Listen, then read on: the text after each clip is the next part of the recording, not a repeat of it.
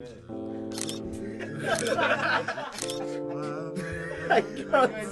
so this is the number one thing that I would say people don't tell you about NYSC camp. The bathrooms. The freaking bathrooms. Let me tell you, okay, so depending on the different camps you are at, they have different camps like this one. I think this is Ogun State camp. Then they have different camps like this one. This was my camp, right? So in terms of like the different camps, they have different stuff. So like the Ogun State camp now, they had actual toilets, that's WCs. They had actual WCs. They had actual like shower cubicles with the shower heads. In my camp, we had the shower cubicle with the shower head. It was just musty and crusty, and there was no handle to turn the shower head, assuming there was any shower head. I feel like it was just like a rod and there was nothing else there. But then like most of the time you have to fetch your water. Where I went to, you have to fetch your water from the tank outside. So there was no bathroom, it was pit latrine. So we had to buy shit buckets. I'm not even kidding you. We had to buy shit buckets, like those yellow custard buckets. We had to buy stuff like that. So we had to buy shit buckets, or you do short puts, you know, shit in a nylon and fling it across somewhere.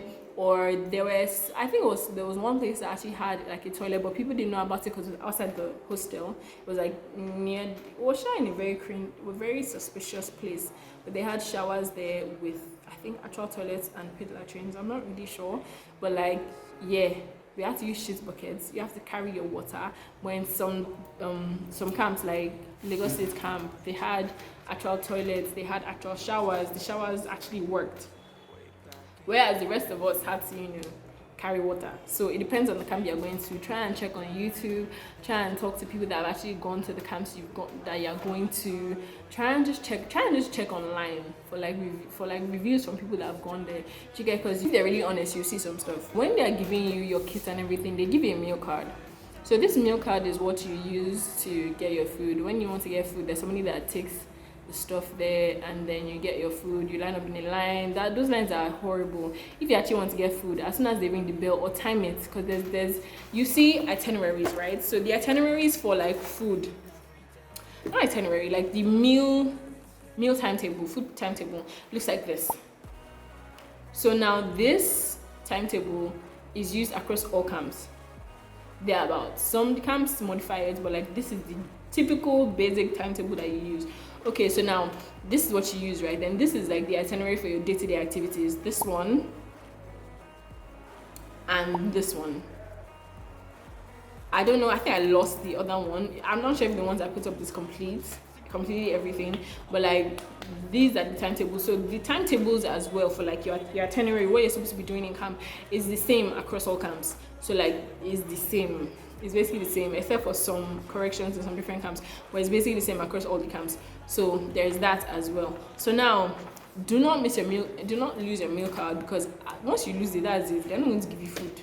Like you can as well find people that don't need a meal card that are going to my market every day, so you can use it to get 2 meals. But then like if they catch you, they'll punish you. But like if you can run it in. What am I to tell you no? They don't tell you that you're actually going to have to sweep the room you're in. There's nobody clean. There are people cleaning the hostels, but then like they're not really cleaning it, if you catch my drift.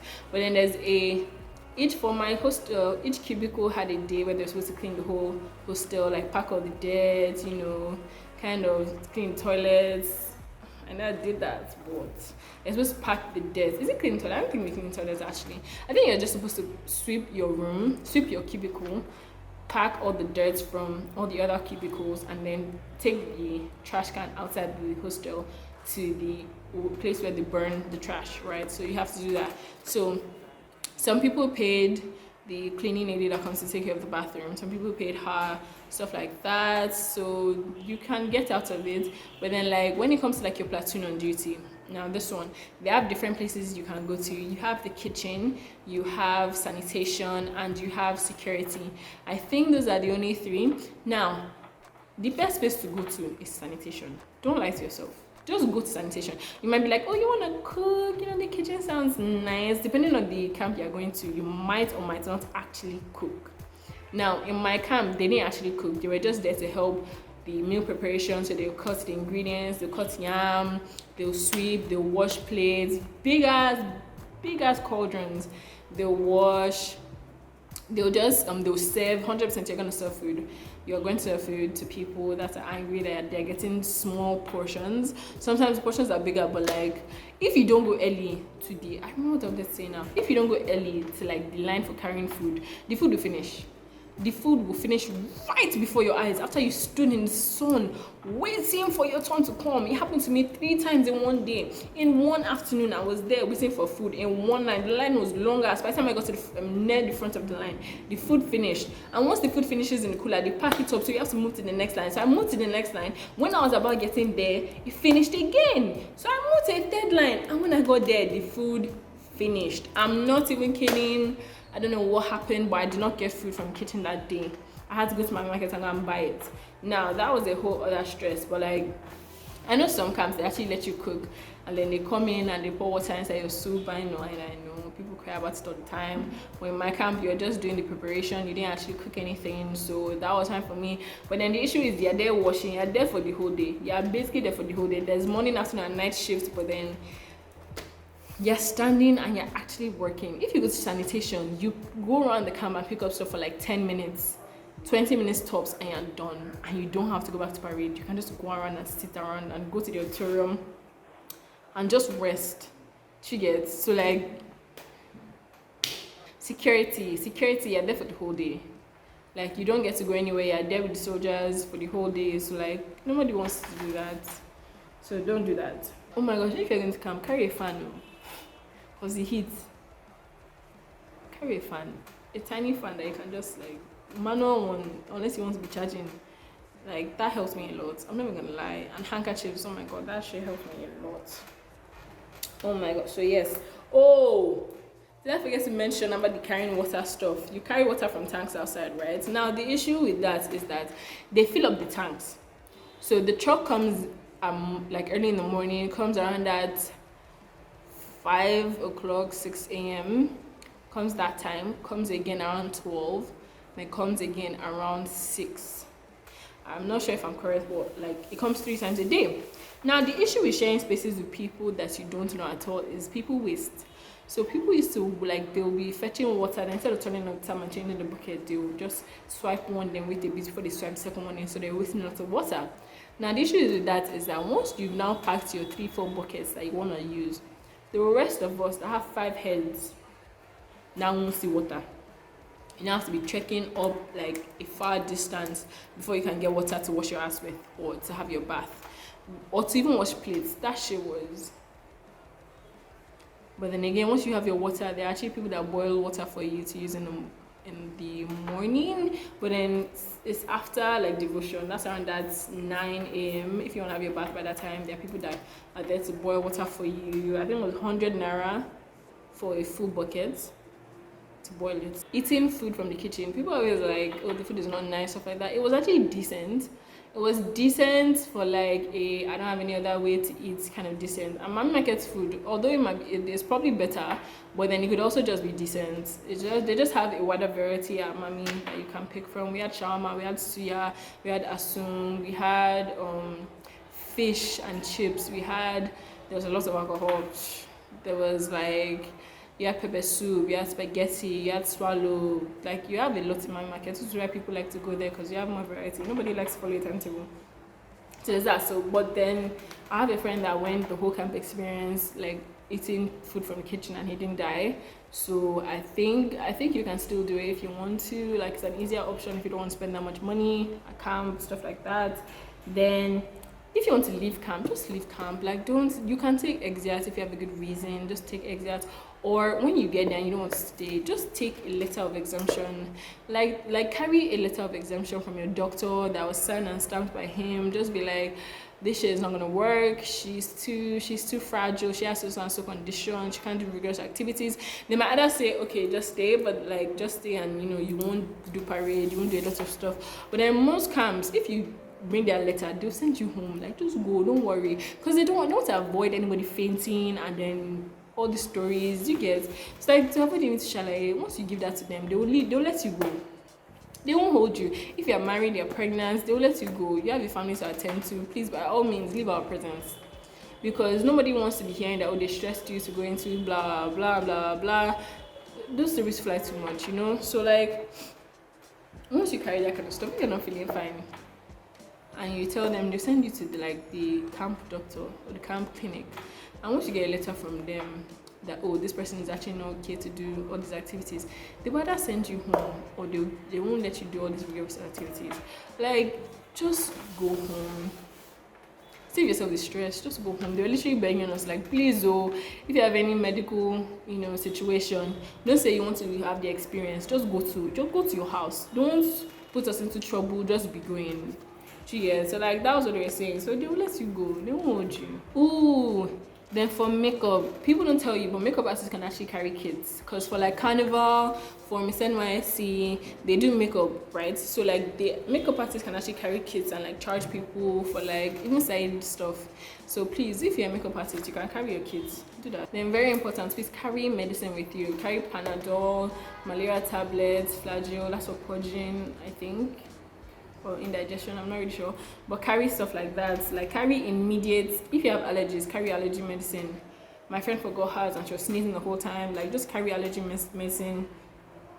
Carry needle and thread. I'm not even gonna emphasize more on that. You don't need me to emphasize more on that.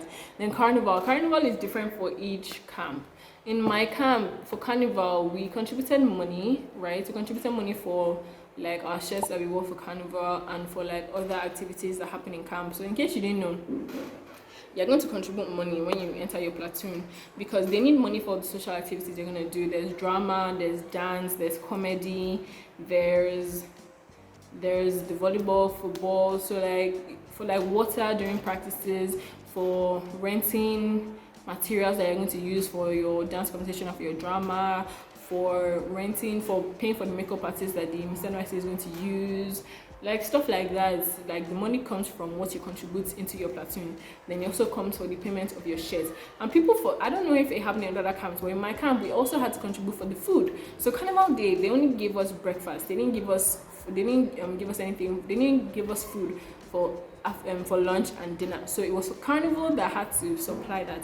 So when we paid the money, they gave us some ingredients, right, from the kitchen, but it wasn't enough to even feed up to 20 people. Like, it was basically up to feed 20 people, and we're like 100 and something or 200 in the platoon. Do you get? So the money, we had to contribute like extra money so that we would be able to eat. So we rented the cauldrons that we used to cook. We got firewood, we cooked it ourselves, we rented like knives and stuff from the kitchen, we bought rice, we killed half a goat, or we like killed a goat, I don't even know. We got pepper, we got stuff for zobo, stuff for drinks, stuff like that. Like we just rented a lot and paid for a lot of stuff. You get? So like that was also part of what came. So like the girls that really knew how to cook were there over the firewood, really just giving it their all, making the jollof rice and the meat and all that stuff. So that was good. So but I heard that in Augustine's camp, they didn't have to do that. They didn't have to cook. They got food from the kitchen, and they didn't even have shirts, stuff like that. So I was concerned, like, what was my experience then? But it was actually cool that we were cooking. That was fun. It was a bonding time for my platoon members and I. So it was that. Then, oh my gosh, some people don't know this, but like your platoon inspectors, right? The men and women that come and they're like, oh, this is my platoon something, welcome to my platoon.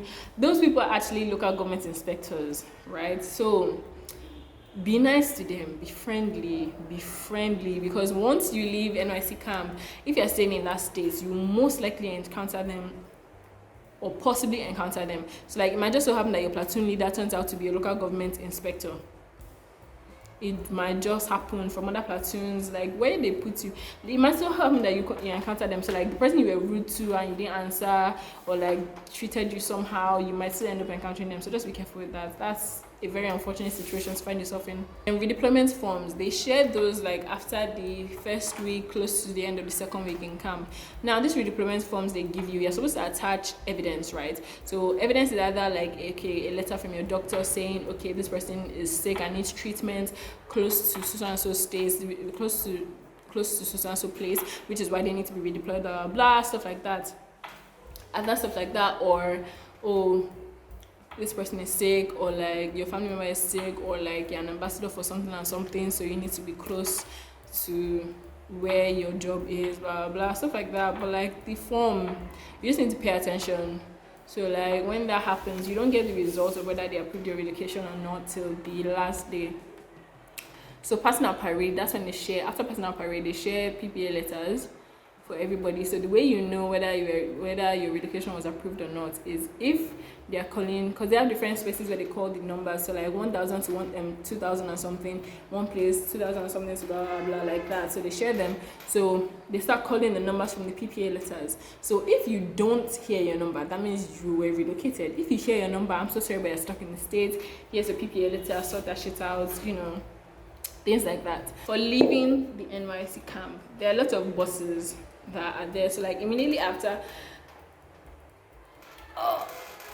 like the passing out parade, right, it didn't take so long. It probably took like it was supposed to start by 8, but we started around at 8:30. Like it's not as gang as a swearing in ceremony, right? So the passing out parade, you just have the remaining platoons from like the first to fourth place platoons. They do like the ending ceremony and stuff like that. Then you have everybody there, like all the officials there.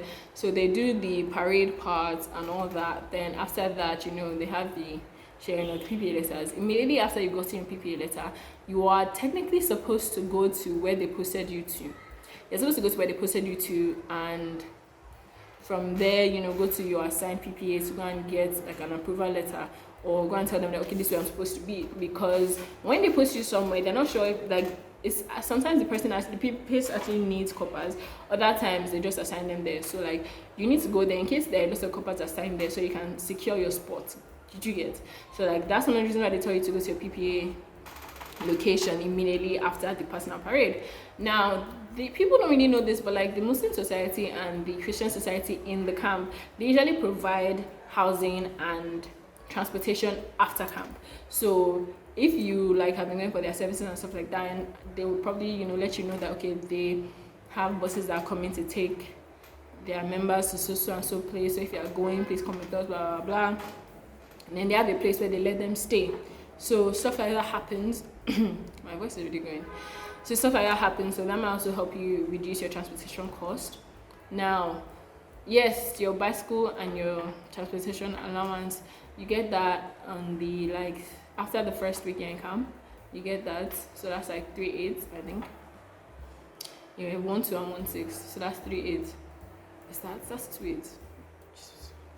You know, I don't know the calculation. I just know that you get bicycle and transportation allowance. Like they have different, taken to different locations. So from the camp, they might take you into Ilorin, they might take you to Akure, to Lagos. They have different buses that do that. If you chartered a taxi, or the smartest thing to do, which is what we did, my friend, she came with like a taxi straight from the airport to camp. So from there, she also kept the person's number. So she called the person again when we were about to leave, and was like, okay, I need you to come to the camp on so day, like at so time to come and pick us up. So we all shared the cost and stuff like that. So it was 3,000. I think it was 3,000 I paid. It was 3,000 transportation for everywhere. So I paid 3,000 again to take me from the camp to the airport. So then me and my friends were at the airport, blah blah, hung out before our planes left. So people that don't have airports in the places, just take your transportation. Make sure you settle your transportation before the day you're leaving. It's easier that way. If not, then you just have to join the buses and stuff like that.